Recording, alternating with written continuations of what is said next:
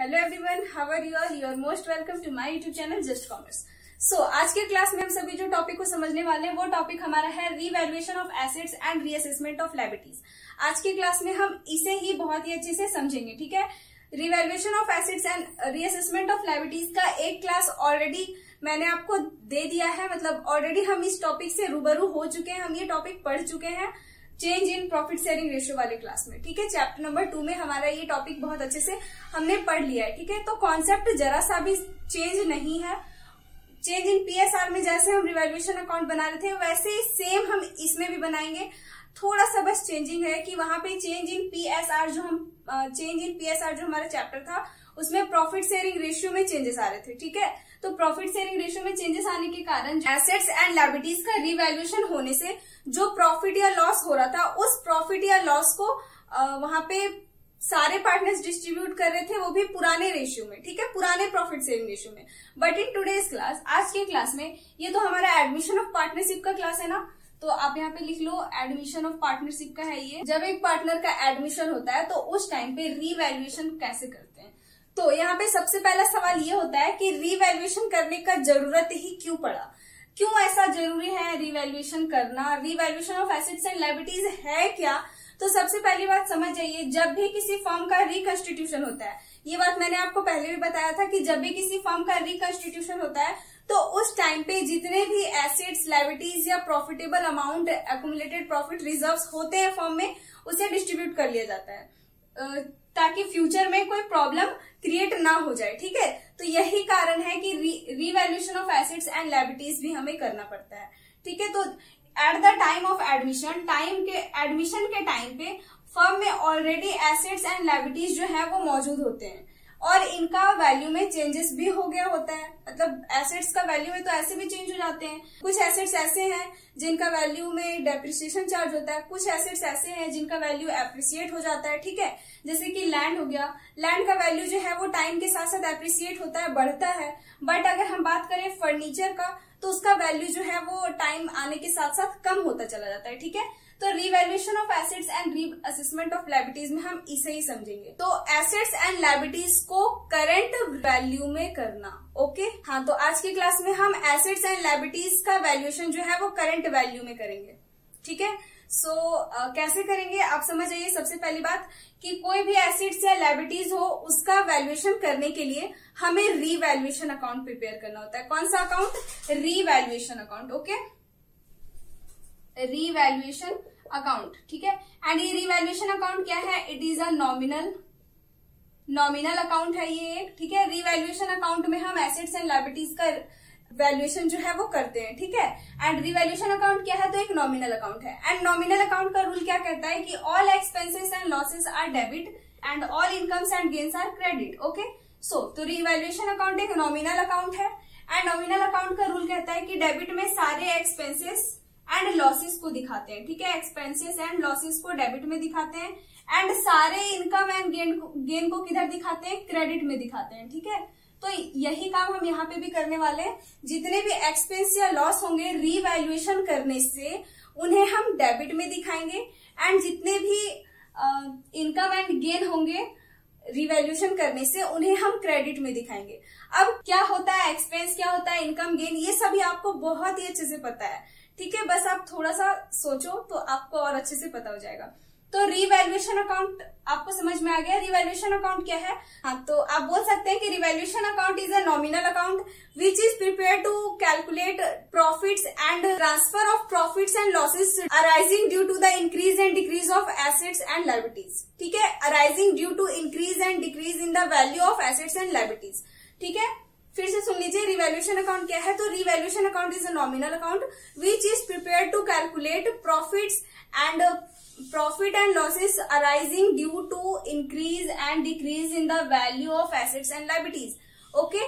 Assets and liabilities का value में बढ़ाना घटना इन सभी को रिकॉर्ड करने के लिए जो अकाउंट बनाया जाता है that is revaluation account. And revaluation account क्या है? तो revaluation account is a nominal account and nominal का रूल कहता है कि सारे एक्सपेंसेस लॉसेस को डेबिट में दिखाते हैं, सारे इनकम्स एंड गेन्स को क्रेडिट में दिखाते हैं। तो यस, यहाँ पे भी हम रीवैल्यूएशन अकाउंट जब बनाएंगे तो सारे एक्सपेंसेस एंड लॉसेस को डेबिट में दिखाएंगे एंड सारे इनकम्स एंड गेन्स को क्रेडिट में दिखाएंगे। ठीक है, तो फॉर्मेट देख लो कैसे बनता है। मैं यहीं पे शॉर्ट में बता देती हूँ रीवैल्यूएशन अकाउंट का फॉर्मेट। ओके, आई होप कि आपको समझ में आ रहा है। तो सबसे पहले तो रीवैल्यूएशन अकाउंट इस तरह से बनता है। ये फॉर्मेट मैंने आपको पहले भी बताया है change in profit sharing ratio का क्लास में। ठीक है, तो ये हमारा डेबिट साइड होता है, आप सभी बैठते हैं, एंड इधर क्रेडिट साइड होता है। ठीक है, आप यहाँ पे लिख दोगे रीवैल्यूएशन अकाउंट। ओके, ये आपका पार्टिकुलर कॉलम होता है। ठीक है, and it is amount, and ये भी आपका पार्टिकुलर कॉलम होता है एंड इट इज अमाउंट। तो डेबिट में क्या दिखाते हैं? Expenses and losses. क्रेडिट में क्या दिखाते हैं? Incomes and gains.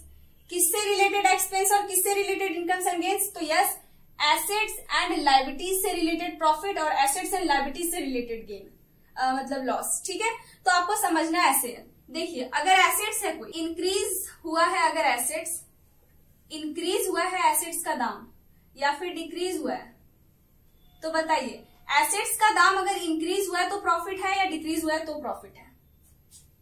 तो कोई भी एसेट्स हो, चाहे कोई भी एसेट्स हो इस धरती का, आपको मान लेना है, जैसे कि मान लेते हैं कोई भी एसेट्स हो, आपका मोबाइल फोन ही है, मान लेते हैं कि आपने 10,000 रुपीज में परचेस किया था। ठीक है, अपना फोन को आपने 10,000 रुपीज में परचेस किया था एंड नाउ ये 12,000 रुपीज का हो गया, वैल्यू में बढ़ गया, इंक्रीज हो गया। तो ये आपका प्रॉफिट है या लॉस है? तो यस, अगर आपके पास कोई एसेट्स है और उसका वैल्यू बढ़ गया तो इट इज प्रॉफिट। सिंपल है, आंख बंद करके भी कोई बोल देगा कि ये तो प्रॉफिट है ना।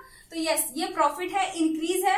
और इंक्रीज को किधर दिखाते हैं? इनकम हो जाएगा ना, ये इंक्रीज होगा अगर एसेट्स में तो वो इनकम हो जाएगा। एंड इनकम या गेन को किधर दिखाते हैं? क्रेडिट में। तो कोई भी एसेट्स का वैल्यू में अगर इंक्रीज होता है तो उसे हम क्रेडिट में दिखाएंगे, ये आपका क्रेडिट में जाएगा। ठीक है, तो आप इधर लिख देंगे बाई। ठीक है, तो आप इधर लिख देंगे बाई एसेट्स अकाउंट। जो भी एसेट्स होगा, लैंड, बिल्डिंग, फर्नीचर, जो भी, ठीक है, एसेट्स अकाउंट। और इधर इंक्रीज को रखना है। ठीक है, इंक्रीज वाले को इधर दिखाते हैं। मैं बार बार यहाँ पे शॉर्ट में लिख दे रही हूँ एंड उसका अमाउंट आप इधर लिख दोगे। ओके, अब आप बताइए, अगर कोई एसेट्स का वैल्यू जो है वो घट गया है तो क्या लॉस ही ना होगा? मान लेते हैं कि पहले आपका फोन जो है आपने 10,000 में परचेस किया था एंड करंट में उसका वैल्यू 5,000 हो गया है, तो ये इनकम है या लॉस है? लॉस है। आपने खरीदा था 10,000 में एंड अब आप उसे सेल करने के लिए जा रहे हैं तो आपको 5,000 ही मिलेगा, तो स्टिल आपको 5,000 रुपीज का लॉस हो रहा है। यस, इसलिए लॉस को हम डेबिट में दिखाते हैं, क्योंकि रिवैल्यूएशन अकाउंट एक नॉमिनल अकाउंट है। मैं बार बार आपको यही बात बोल रही हूँ। ठीक है, तो आप इधर लिखेंगे टू एसेट्स, जो एसेट्स कम हो जाएगा वही एसेट्स का दाम, एंड इधर अमाउंट, एंड इधर डिक्रीज दिखाते हैं। ठीक है, आई बात समझ में? नेक्स्ट, ये हो गया आपका एसेट्स का फॉर्मूला। ठीक है, अभी तो लायबिलिटीज बचा हुआ है, लायबिलिटीज को भी समझना है, तो लायबिलिटीज भी समझ लो। लायबिलिटीज का भी दो टर्म होगा, एक होगा इंक्रीज एंड एक होगा डिक्रीज। ठीक है, मान लेते हैं लायबिलिटीज मतलब सबसे पहली बात होता क्या है? तो लायबिलिटीज का मतलब होता है दायित्व। दायित्व मतलब जिसे आपने पे करना है फ्यूचर में। अगर आप किसी से 5 रुपए का कर्ज लिए हैं तो भी वो 5 रुपए आपको उसे फ्यूचर में देना ही पड़ेगा। ऐसा नहीं कि आप उसे 5 रुपया दे करके भूल जाएंगे या फिर आपको नहीं देना पड़ेगा, ऐसा कुछ नहीं है, आपको रिटर्न करना ही पड़ता है। आप कोई भी दायित्व अपने ऊपर लेंगे तो आपको रिटर्न करना ही होगा। तो यस, यहाँ पे इंक्रीज अगर हो जाएगा एसेट्स, मतलब लायबिलिटीज अगर इंक्रीज हो जाएगा, मान लेते हैं कि आपको 5 रुपए आपने लिया था। ठीक है, 5 रुपए आपने लिया था एंड अभी ये 5 रुपए के बदले में आपको 7 रुपए रिटर्न करना पड़ेगा। अगर आप लोन लिए हैं कहीं से, बैंक से या किसी भी पर्सन से, तो वो जितना अमाउंट आपको दिया उतना ही नहीं लेगा, वो आपसे इंटरेस्ट चार्ज करेगा, वो आपसे इंटरेस्ट लेगा। तो आपका वो अमाउंट बढ़ गया ना। आपने 10,000 का लोन लिया था एंड 2,000 आपको इंटरेस्ट देने पड़े, तो अब आप लिए थे 10,000 और देने पड़ रहे 12,000, तो ये बढ़ गया ना। तो बढ़ गया, तो जब इंक्रीज हो जाता है एसेट्स तो वो लॉस होता है, हमें ज्यादा अमाउंट पे करना पड़ता है। ठीक है, तो यस, आप यहाँ पे लॉस होता है। लॉस को हम किधर दिखाते हैं? डेबिट में।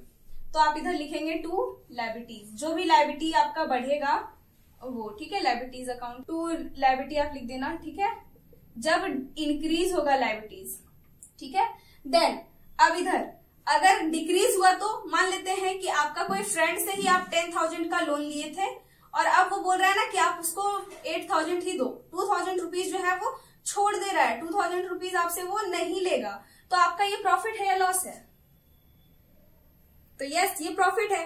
आप लिए थे 10,000 रुपीज, बट अब आपको 8,000 ही रिटर्न करने पड़ रहे हैं। 2,000 तो अभी भी आपके पास बच जा रहा है, आपके पास फ्री का 2,000 मिल जा रहा है आपको, तो यस ये आपका फिर प्रॉफिट हो जाएगा। ठीक है, तो आप इधर इसे ऐसे लिख देंगे, बाई लायबिलिटीज जब डिक्रीज होगा लायबिलिटीज। ठीक है, ऐसे नोट कर देंगे। ठीक है, इतना काम आपको रिवैल्यूएशन अकाउंट में करना पड़ता है। ठीक है, ये हो गया, डिक्रीज हुआ तो प्रॉफिट होता है, या इनकम आप बोल सकते हैं, इसे गेन बोल सकते हैं। ठीक है, एंड इसे हम क्रेडिट में दिखाते हैं। ये हो गया लायबिलिटीज का रूल। अब एसेट्स और लायबिलिटीज ही तो रिकॉर्ड करते हैं, और कुछ आएगा क्या? नहीं। ठीक है, तो और कुछ इसमें नहीं होता है। नेक्स्ट, अब आप यहाँ पे देख सकते हैं, अब आपको क्या करना होगा, तो इसका नेट निकालना होगा। ठीक है, नेट कैसे निकालते हैं देख लीजिए। अगर आपका इधर साइड क्रेडिट साइड ज्यादा है, अगर मान लेते हैं कि आपका 10,000 है, इधर आया है ऐड करके 10,000, एंड इधर जो है वो डेबिट साइड वो 5,000 आया है, तो डेबिट साइड सारा लॉस वाला चीज है एंड क्रेडिट साइड सारे इनकम वाली चीज है। तो डेबिट अधिक होगा या क्रेडिट अधिक होगा? तो क्रेडिट ही हमारा अधिक है, तो अगर क्रेडिट में अधिक है इसका मतलब कि ये क्या है, हमारे लिए प्रॉफिट है। ठीक है, तो आप इसे लिख लो, मतलब यहाँ पे स्पेस थोड़ा कम है, तो आप यहाँ पे इसे 10,000 इधर एंड 10,000 रुपीज इधर भी लिख दोगे। ठीक है, एंड यहाँ जो अमाउंट आएगा, तो यहाँ 5,000 है, इसमें यहाँ मान लेते हैं ये दोनों को ऐड करके 5,000 था, तो 10,000 में 5,000 अगर हमारा चला गया तो यहाँ क्या बचा, 5,000 बचा ना। एज एग्जाम्पल में बता रही हूँ, 10 और 5,000 ही मत लिख देना।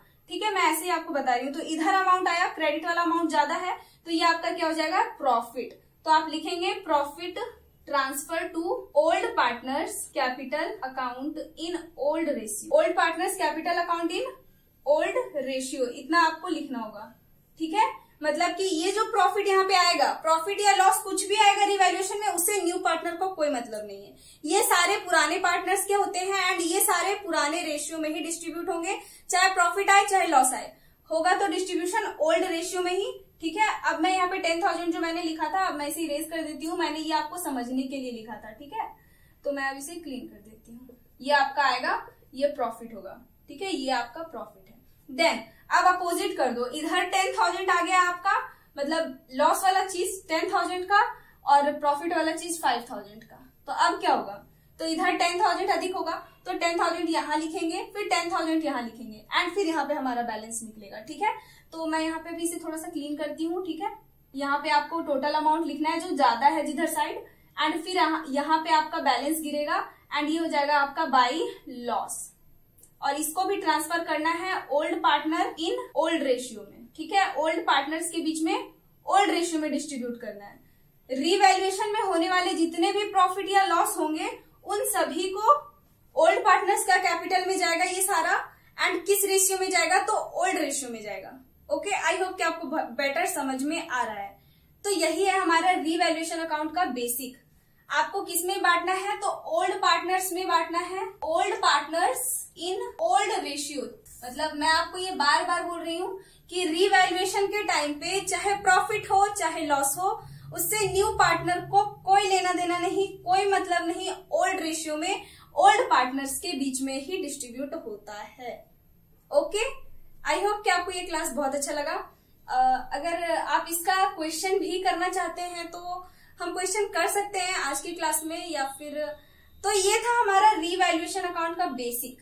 ठीक है, यही सारी बातें मैंने क्लास चैप्टर नंबर 2 में भी बताया था एंड मैं आपको यहाँ पे मैं बता रही हूँ।